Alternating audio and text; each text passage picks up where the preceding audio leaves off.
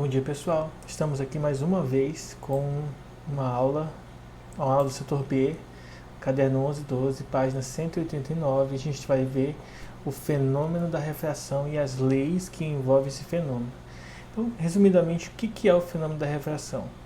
O fenômeno da refração ele é um fenômeno em que a luz está num ambiente, ela passa para outro ambiente e, por consequência dessa mudança de ambiente, a gente percebe que essa luz sofre um desvio. Como vocês podem ver na apostila, na Bienal e aqui na imagem do vídeo, a luz ela vem por esse caminho, ao sair do ar e entrar dentro do vidro, ela sofre um desvio, tá? Esse fenômeno de desvio é que nós chamamos de refração. E aí nós vamos ter o seguinte detalhe: essa luz aqui é a luz incidente, essa luz aqui é a luz refratada e refletida, e essa luz que passa dentro do vidro é a luz refratada que sofre um desvio por conta dessa mudança de ambiente, mudança de característica que vocês vão encontrar aqui, ó, mudança de características de um ambiente para o outro. Para a gente entender um pouco sobre a composição da luz, a gente precisa entender também que a luz que nós enxergamos, a luz visível, ela geralmente a luz branca, ela é dividida em 7 cores principais, que são vermelho, alaranjado, amarelo, verde, azul, anil e violeta, que são as cores que a gente encontra no arco-íris, justamente por causa do fenômeno da dispersação da luz nas gotas de água. Cada uma dessas cores, ou mais especificamente, cada uma dessas luzes é chamado de monocromática. Mono é o prefixo grego associado a uma única coisa, e cromáticas significa estar associado às luzes, ou seja, são luzes de uma única cor, tá? São luzes de uma única característica. E isso aqui é interessante para o fenômeno que nós vamos estudar. A gente precisa entender que quando a luz bate numa superfície, a luz branca, e essa superfície tem um índice de refração acima do normal, que é 1, essas cores elas vão ser desviadas em ângulos diferentes. E isso é interessante por quê? Porque cada cor ela vai ter um valor de desvio. E além disso de ter um valor de desvio, a gente precisa entender que depois a gente vai estar associando isso a ondas, ao estudo da ondulatória, que nós estudamos no nono ano e vamos rever agora no primeiro ano, depois que a gente acabar o estudo da óptica. Tá? Dando continuidade, aí a gente tem algumas características que envolvem a velocidade da propagação da luz. A primeira característica é uma das constantes universais, que é a constante da velocidade de propagação da luz. Tá?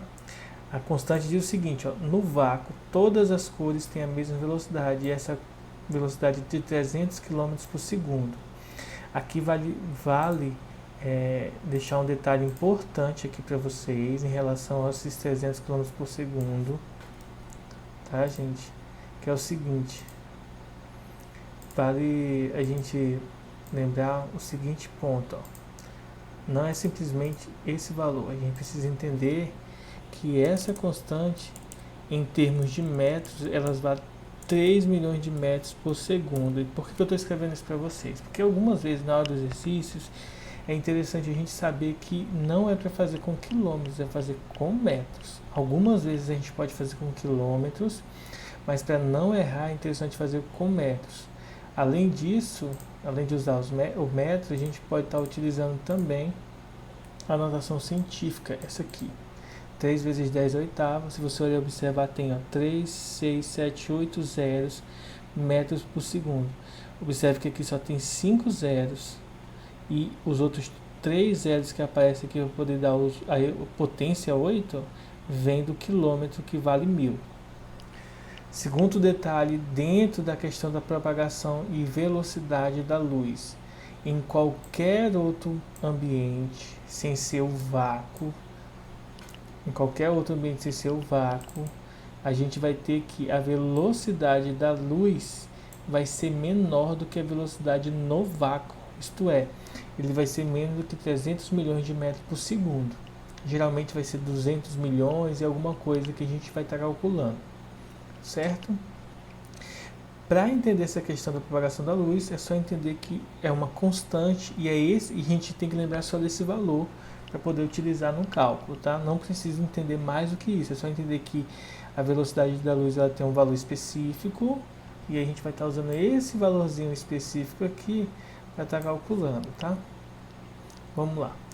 Segunda característica que nós precisamos entender. Primeira é a velocidade, a segunda já que existe esse desvio, a gente vai nomear um contexto para ele. Esse contexto vai ser o contexto de refringência. Refringência é o nome dado à propriedade de um meio em interferir na propagação da luz. Aí tem uma observação importante aqui, ó. Quanto maior a refringência de um meio, menor vai ser a velocidade da luz. Isto é, quanto maior for a refringência, mais ele faz com que a luz sofra desvio ou sofra uma redução de velocidade. Por exemplo, se um ambiente A, um meio A, é mais refringente do que um ambiente B, isso significa que a velocidade de A ela é menor do que a de B. Por quê? Porque o de A vai fazer com que a luz sofra aí uma interferência muito maior do que o ambiente B.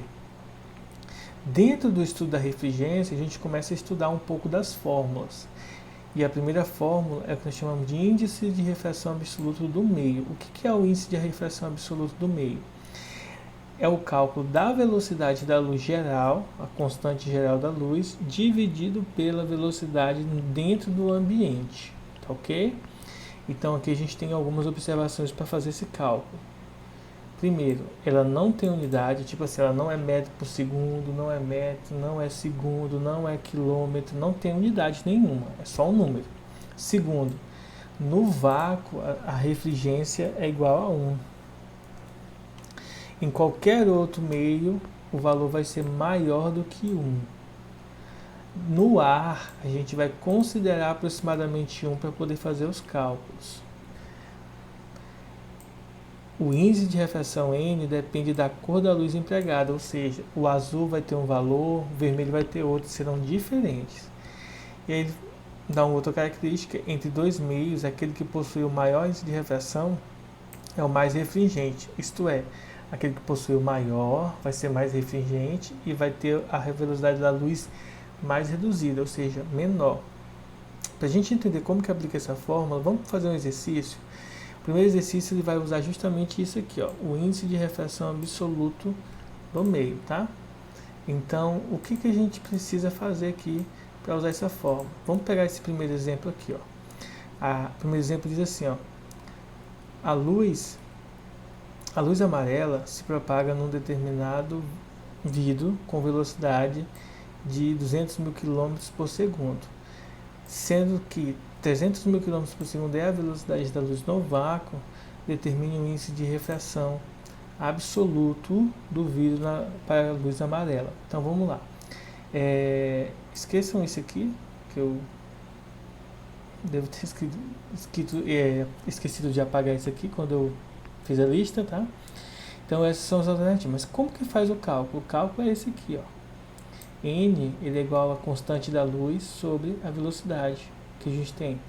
Como a constante da luz é isso aqui, ó, 300 mil km por segundo, eu vou colocar, ó, 300 milhões, tem 8 zeros aqui.